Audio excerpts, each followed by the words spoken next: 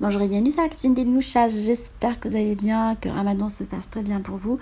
Je me trouve à Casa en ce moment dans le quartier Houbous, un quartier ancien de la ville de Casablanca, pas très loin de chez mes parents. Et j'en ai profité pour filmer des préparations spéciales ramadan pour vous.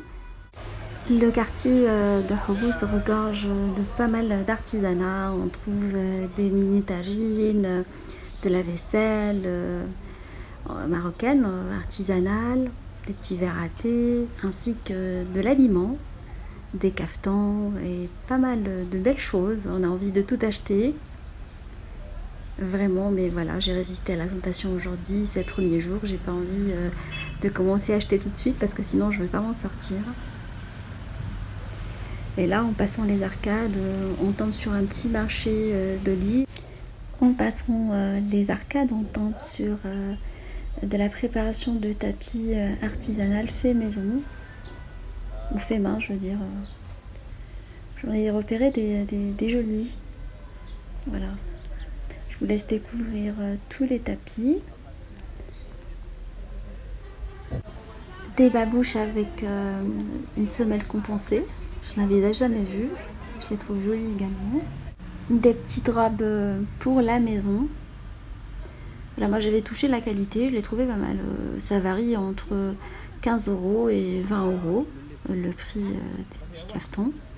J'en ai acheté un pour moi, pour ma belle-mère, et pour ma belle-sœur et pour ma fille. Diverses coloris et formes.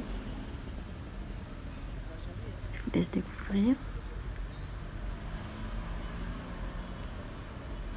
Puis en avançant dans le marché, en traversant le pont, on tombe sur un marché d'olives et d'épices. Il y a pas mal d'étals d'épices, de préparations pour poissons par exemple, des condiments séchés. Ça donne vraiment envie, l'odeur elle est sublime.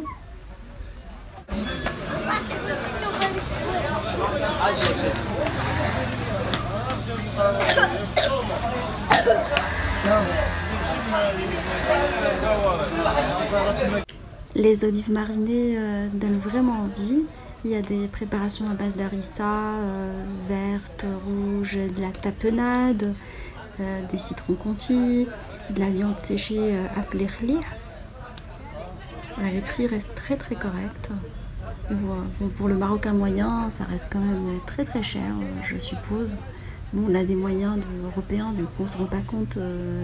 Il y a des préparations pour le poulet aux olives à base de citron confit et d'ail. Comme ça, vous préparez directement votre poulet aux olives. Il y a plusieurs préparations pour des plats marocains. Le marchand, il était d'une gentillesse, il nous a super bien servi. Et quand il vous donne, par exemple, les piments, comme ça, il vous donne l'eau avec pour le conserver dans le frigo. Voilà, j'avais envie de tout acheter. Mais bon, je suis restée raisonnable. J'en ai eu pour 5 €, un bon sac.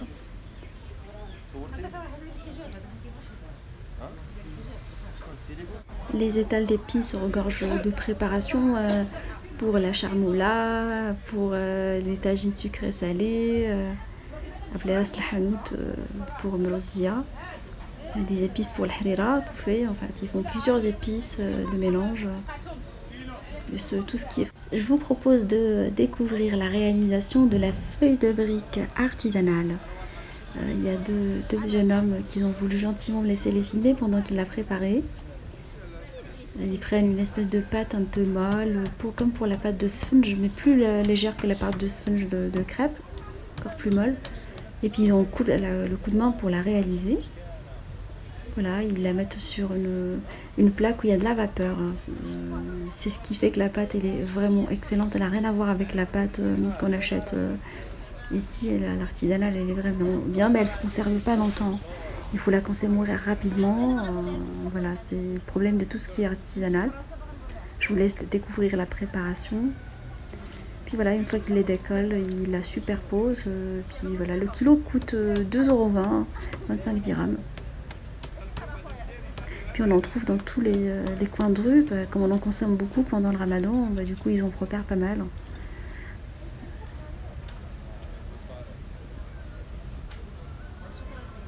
Je vous propose de découvrir la réalisation des barlir. Une dame qui a voulu gentiment laisser faire, elle prend la pâte de barlir et puis la met à cuire dans plusieurs petites poêles. Comme ça, elle peut en préparer plusieurs d'une façon simultanée, elle gagne du temps. Là, c'est des petits barlir, comme ça on peut en manger plusieurs.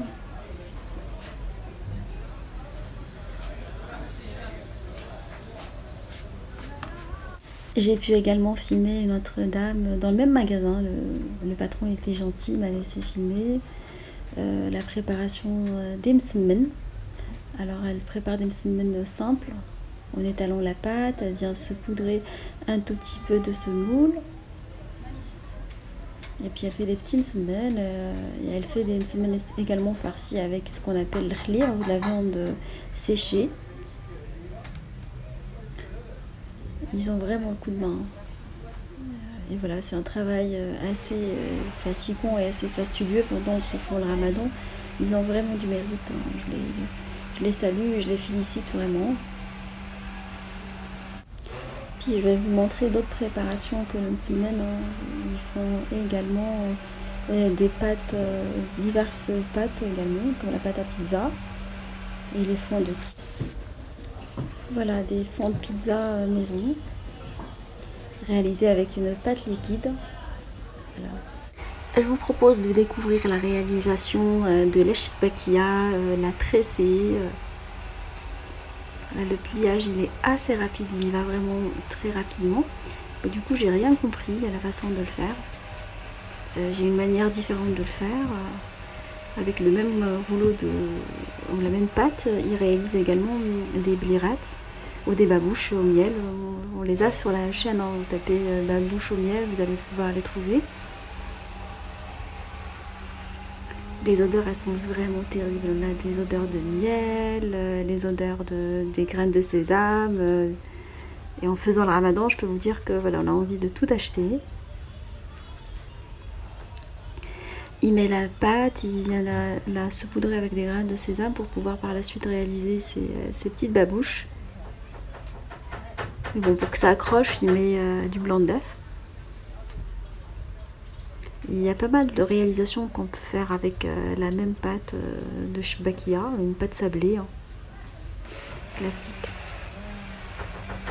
Et puis de l'autre côté, vous avez ses collègues qui sont en train de frire et mieler. Un vrai travail d'équipe formidable. Là, comment il coupe voilà, à l'aide de cet ustensile, il vient faire des entailles. Mais c'est une manière rapide, franchement, que le bon Dieu le protège. J'étais vraiment ravie de ce moment-là, passer avec eux. Et pour la friture, ils la mettent directement dans un bain de friture. Ils viennent l'égoutter et après la plonger derrière dans le miel. Comme tous les gâteaux mielés et frits. Voilà comment ils s'organisent pour travailler.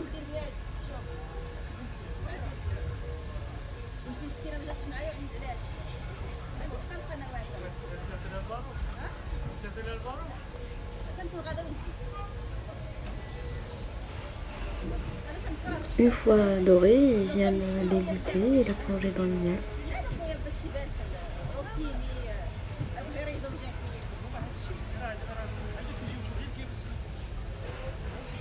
Le bain de miel, il est juste à côté. Il la laisse plonger un peu dans le miel, histoire qu'elle s'imprègne correctement. Et après, il l'égoutte. Bon, c'est pas du vrai miel, c'est du sirop à mieler. Moi j'aime pas trop ça en fait. Je trouve que le sirop de glucose c'est pas assez mauvais pour la santé, mais il y a la réalisation également de la zlabia avec l'entonnoir. Il y a une personne qui a aussi le coup de main pour le faire. Elle le fait très très bien. Même principe, on les fait frire, après on les plonge dans le miel. Mais bon, c'est des toutes petites zlabia, elles sont trop mignonnes je trouve. Contrairement à zlabia qu'on connaît. Mais bon, ici au Maroc, ils font des petites pâtisseries, hein, contrairement aux autres pays du Maghreb. Bon, c'est synonyme du raffinement ici.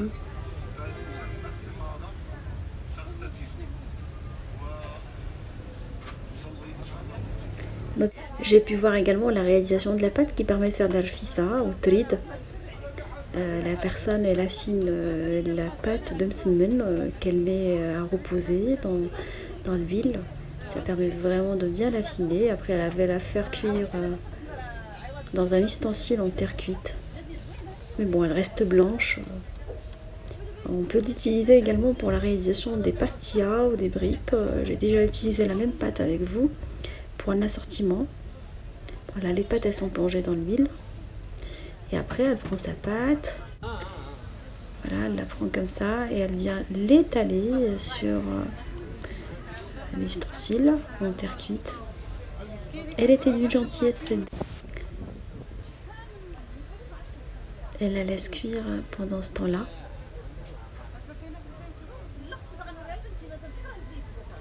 C'est une cuisson presque à la vapeur. Elle en fait plusieurs à la fois, mais moi je les superpose, elle les laisse comme ça. Moi j'en cuis plusieurs à la fois. Mais bon, chacun sa méthode.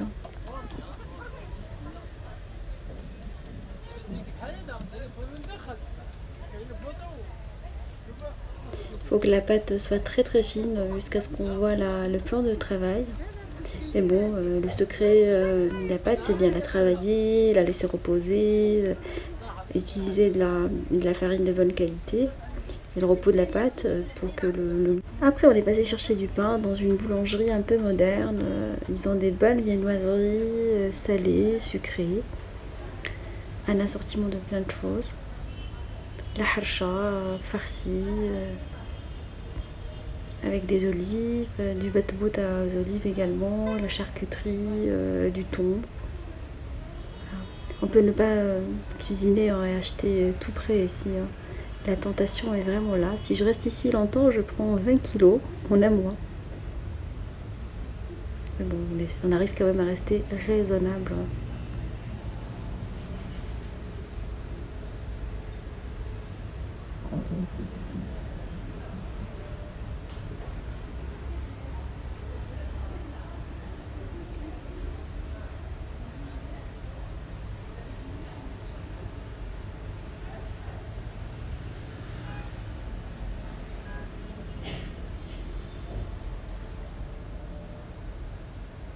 Et voilà, ma vidéo touche à sa fin, j'espère qu'elle vous fera plaisir, toutes ces préparations spéciales Ramadan.